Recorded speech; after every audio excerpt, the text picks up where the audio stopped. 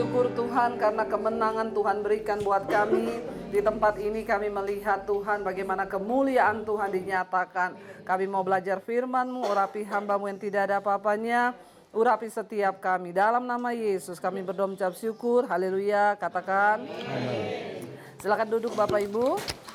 Iya, kita sedang berada di Gunung Tabor. Apa peristiwa yang ada dalam Alkitab tentang Gunung Tabor? Ada dua peristiwa dalam Alkitab dari Perjanjian Baru dan Perjanjian Lama. Dari Perjanjian Baru itu ada di dalam Injil Lukas pasal yang ke-9. Mari kita buka.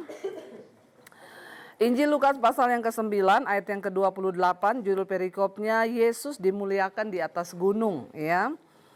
28, Lukas 9 ayat 28. Kira-kira 8 hari sesudah segala pengajaran itu, Yesus membawa Petrus dan Yohanes dan Yakobus naik ke atas gunung untuk berdoa. Ketika ia sedang berdoa, rupa wajahnya berubah dan pakaiannya menjadi putih berkilau-kilauan. Dan tampaklah dua orang berbicara dengan dia, yaitu Musa dan Elia. Keduanya menampakkan diri dalam kemuliaan dan berbicara tentang tujuan kepergiannya yang akan digenapi di Yerusalem. Sementara itu Petrus dan teman-temannya telah tertidur, dan ketika mereka terbangun, mereka melihat Yesus dalam kemuliaannya dan kedua orang yang berdiri di dekatnya itu.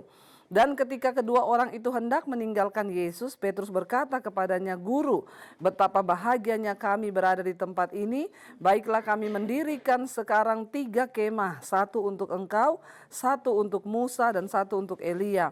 Tetapi Petrus tidak tahu apa yang dikatakannya itu. Sementara ia berkata demikian, datanglah awan menaungi mereka.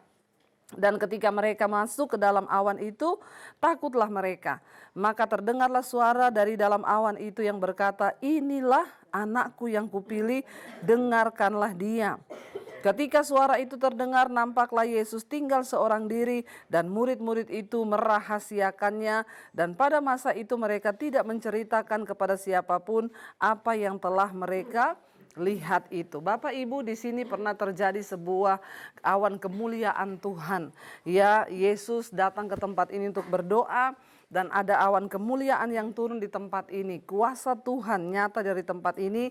Kita sekarang ada di sini dan kita berdoa supaya kemuliaan Tuhan juga memenuhi hidup kita. Ketika Yesus berdoa dikatakan murid-murid sedang Nah ini, ya Yesus berdoa murid-murid tidur. Kalau tidur di bus saja, jangan pas ibadah, amin. Ya di bus boleh tidur, tapi pas ibadah tidak boleh tidur. Ya mereka itu selalu ya murid-murid Yesus itu Yesus berdoa mereka tidur ya. Tapi yang ini semua luar biasa. Amin. Kalau ibadah nggak ada yang tidur, amin. Ya apalagi kalau makan tidak ada yang. Haleluya. Lalu kisah di Perjanjian Lama apa yang pernah terjadi di sini? Mari kita buka Hakim-Hakim pasal yang keempat, Bapak Ibu. Kisah yang luar biasa juga pernah terjadi di sini. Ketika pada zaman Hakim, ya Deborah dan Barak. Kita di Mesbah Doa sudah baca sampai di Hakim-Hakim, ya. Deborah dan Barak, ayat yang pertama Hakim-Hakim 4 dikatakan, setelah Ehud mati, orang Israel melakukan apa yang jahat di mata Tuhan. Lalu Tuhan menyerahkan mereka ke dalam tangan Yabin, raja Kanaan. Ya, dan kita benar-benar ada di daerah sini ya Bapak Ibu, yang memerintah di Hasor. Panglima tentaranya ialah siapa? Sisera dan Haroset Hagoyim, ya.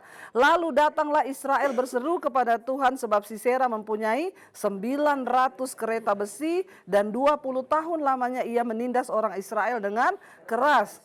Pada waktu itu Deborah seorang nabiah, istri Lapidot, memerintah sebagai hakim atas orang Israel. Ia biasa duduk di bawah pohon korma Deborah antara Rama dan Betel di pegunungan Efraim, dan orang Israel menghadap dia untuk berhakim kepadanya. Ia menyuruh Barak, ia menyuruh memanggil Barak bin Abinoam dan dari Kades di daerah Naftali, lalu berkata kepadanya, "Bukankah Tuhan Allah Israel memerintahkan demikian? Majulah, bergeraklah menuju gunung Tabor dengan membawa 10.000 orang Bani Naftali dan Bani Sebulon bersama-sama dengan engkau. Dan aku akan menggerakkan Sisera panglima tentara Yabin dengan kereta-keretanya dan pasukan-pasukannya menuju ke sungai Kison, dan aku akan menyerahkan dia ke dalam tanganmu." Jawab Barak kepada Deborah, Jika engkau turut maju, aku pun maju. Tetapi jika engkau tidak turut maju, aku pun tidak maju. Kata Deborah, baik, aku turut, hanya engkau tidak akan mendapat kehormatan dalam perjalanan yang engkau lakukan ini, sebab Tuhan akan menyerahkan Sisera ke dalam tangan seorang perempuan. Lalu Deborah bangun, berdiri dan pergi bersama-sama dengan Barak ke Kades. Barak mengerahkan seluruh suku Sebulon dan Naftali ke Kades, maka 10.000 orang maju mengikuti dia, juga Deborah maju bersama-sama dengan dia. Adapun Heber orang Keni itu telah memisahkan diri dari suku Keni dari anak-anak Hobab ipar Musa, dan telah berpindah-pindah memasang kemahnya sampai ke pohon Tarbantin di Zanaim yang dekat Kades. Setelah dikabarkan kepada Sisera bahwa Barak bin Abinoam telah maju ke Gunung Tabor, dikerahkannya lah segala keretanya, 900 kereta besi, dan seluruh rakyat yang bersama-sama dengan dia di Haroset Hagoyim ke sungai Kison. Bapak Ibu, kita melihat di sini dan saudara bisa baca selanjutnya, Tuhan memberikan kemenangan ya kepada akhirnya Deborah ya melawan Sisera, padahal mereka punya kereta kuda dan pasukan yang sangat besar. Tapi karena bangsa Israel maju mengikuti perintah Tuhan, dan Tuhanlah yang memberi kemenangan. Jadi Bapak Ibu, bukan karena kekuatan kita, tapi karena kemuliaan Tuhan yang menyertai kita. Apapun persoalan, apapun masalah, apapun tantangan yang ada depan kita, sebesar apapun.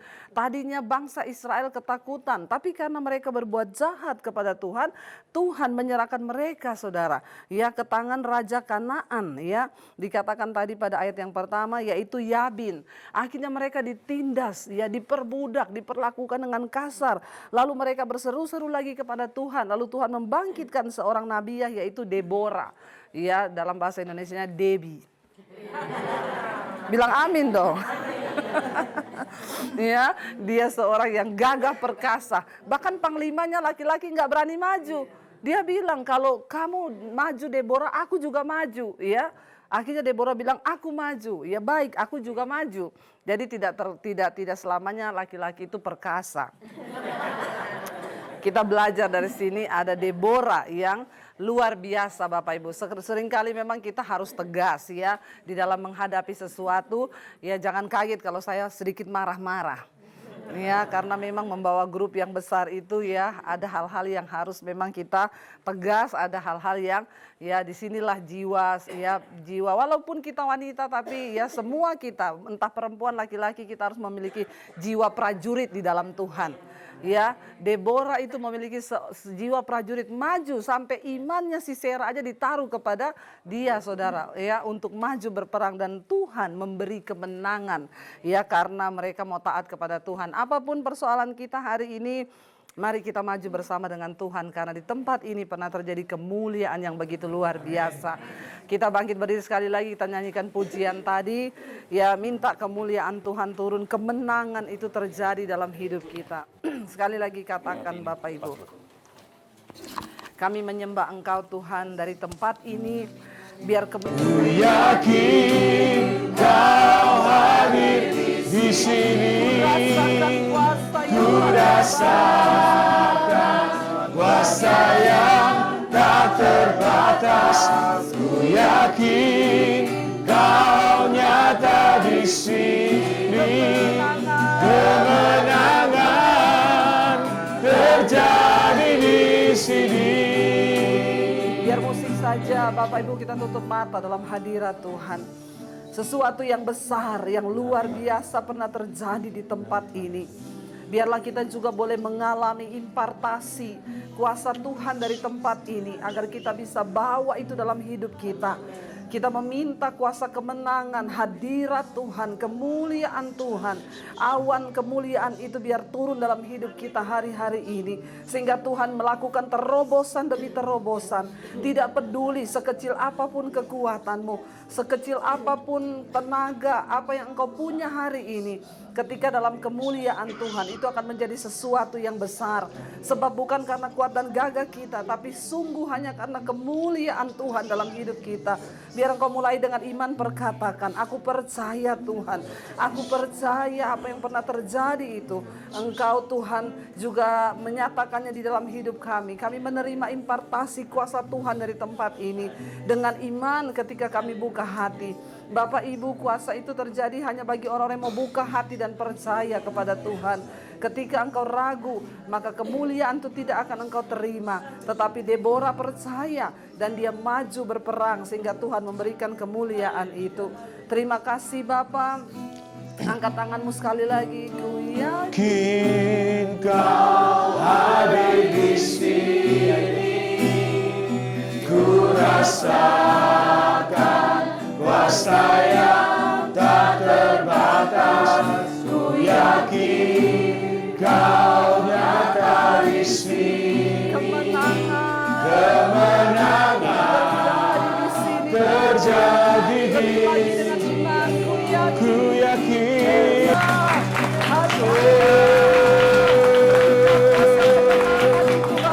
Haleluya.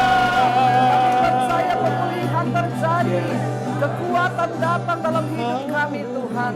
Kami percaya ketika kemuliaan Tuhan ada dalam hidup kami, maka Tuhan pulihkan rumah tangga kami. Amen. Tuhan pulihkan hidup kami. Yes. Tuhan pulihkan bisnis usaha Yes, perusahaan amen. kami. Tuhan pulihkan segala sesuatu sehingga hidup kami boleh menjadi berkat bagi nama Tuhan. Terima kasih Bapak. Kalau sebentar juga kami akan memberi persembahan, kuduskan persembahan kami boleh menjadi berkat bagi tempat ini. Mari kita buka hati dan tangan kita untuk terima berkat Tuhan. Karena itu Bapak Ibu, terimalah kiranya berkat dari Allah Bapa, cinta kasih Tuhan Yesus Kristus, bahkan penyertaan Allah Roh Kudus yang akan membuat hidupmu menjadi berbeda. Sehingga engkau akan menjadi sinar kemuliaan bagi Tuhan. Orang akan melihat hidupmu dan memuliakan Bapa di sorga.